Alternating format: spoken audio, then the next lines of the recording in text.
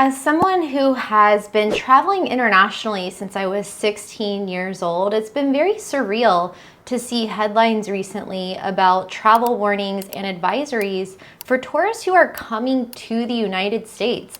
I can remember when I first went abroad in high school and I was headed for a senior class trip to Mexico, and my friends and I were all checking to see if Mexico was dangerous. We're checking the State Department travel advisories. My parents were warning me not to travel there, and this has been a continuous pattern throughout my life, especially as a female solo traveler in many cases, that people warn me against traveling to other countries. And I always had the perspective of, is it really that much more dangerous than living in the United States, which is a place that I was always warned growing up in the 90s, especially, seeing missing children on milk bottles and being warned that I could be abducted in a Walmart parking lot. I had that fear growing up, and so I took my chances as a traveler, and I did find that many of the countries that I thought were dangerous actually weren't that way, or maybe that danger and violence would be more isolated to certain areas and situations rather than very widespread. And so 20 years on, it's been quite surreal to see all of the travel warnings and advisories for people coming to the US, which is a place that I grew up and lived until I was in my late teens, early 20s.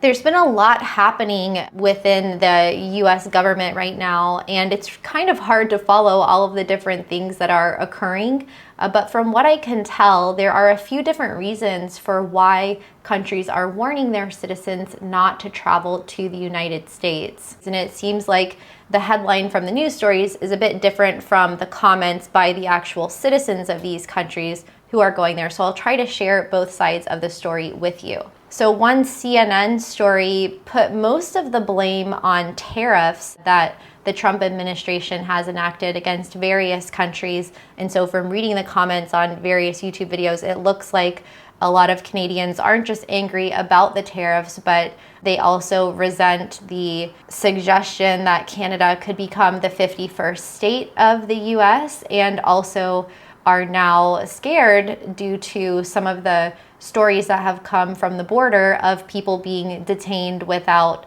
explanation. So that has been pretty scary for them. A lot of people commenting here, a British person saying that he's not going on his trip because he doesn't think he can afford the cost of food and groceries here. There's reports that Canadian Airlines have canceled their flights to some US destinations, and people in Australia saying that the tourism providers there are offering 40% discounts on travel to the US to try to increase demand. So the numbers already this month look like double-digit declines in travelers to the US from various countries, up to 23 to 30% fewer travelers coming across the border from Canada, although the numbers might be higher than that. 23% fewer travelers from Mexico, nearly 20% fewer tourists coming over from Europe, and really the list goes on. There's a lot of numbers being thrown around as well as to what the economic impact on the United States could be, with some figures reaching $60 billion. It's gotten so bad that people like Gavin Newsom, the governor of California, are actually coming out doing press conferences begging tourists to come to his state. I don't know if that's ever something that I've seen before. And what a lot of people are afraid of is that this could just be the tip of the iceberg, because a lot of the travel that was canceled in the first quarter of 2025 was booked back in 2024, because you want to book ahead, get lower airfares, make sure to secure your accommodations. And so it is possible that these numbers continue to plummet, especially through summer travel, as people don't just cancel the trips that they've already booked, but they're deciding to book to alternative destinations and spend their tourism dollars elsewhere. Countries who have officially issued travel warnings and advisories to the US include Canada, Denmark, Finland, France, Germany, Mexico, and the UK. On top of that, it's not just tourism which is down in coming to the US, but it's also Americans who increasing numbers are wanting to leave the United States. Now, this is a trend that's been going on at least since the 1970s, but it is accelerating in recent years. And a new study came out that says as many as 42% of US citizens have thought about moving abroad or would like to move and are already planning their move. So that is pretty crazy numbers. I mean, almost half of the US population has been considering some type of move out of the US, and really the reasons run the gamut. We have people who want to move for cost of living reasons, people who believe that there are better work opportunities abroad, people who are looking to pay less taxes, and a lot of people who say that they are increasingly feeling like they're stuck in survival mode and that the American dream is slipping farther and farther away.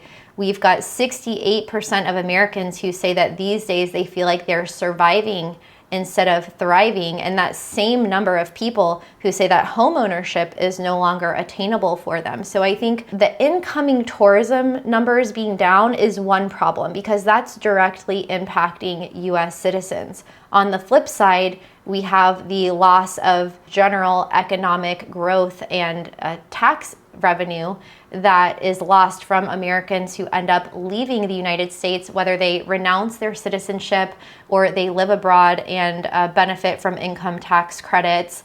It's kind of a two-sided coin here, and I don't know how this is all going to end. About 4 in 10 Americans have either considered moving abroad or are planning to do so and believe that as a result, they will achieve greater happiness. I know that's definitely the case with our clients, as we've seen a growing number of people reach out to me and my relocation company. I've been helping people move abroad since 2005, and never have I seen quite the quantity of people reaching out to get help with this. So I can say anecdotally, in 20 years of doing this, that this is the most serious, the most urgent, and the most short term that we've seen people make these decisions to move abroad. But for others, it's been something that has been a long time coming. They've been thinking about doing it for 20 years or 8 years or the past few years, and they've just accelerated that plan. So if you would like to get help from my team and I on your international relocation, then you can apply at the link below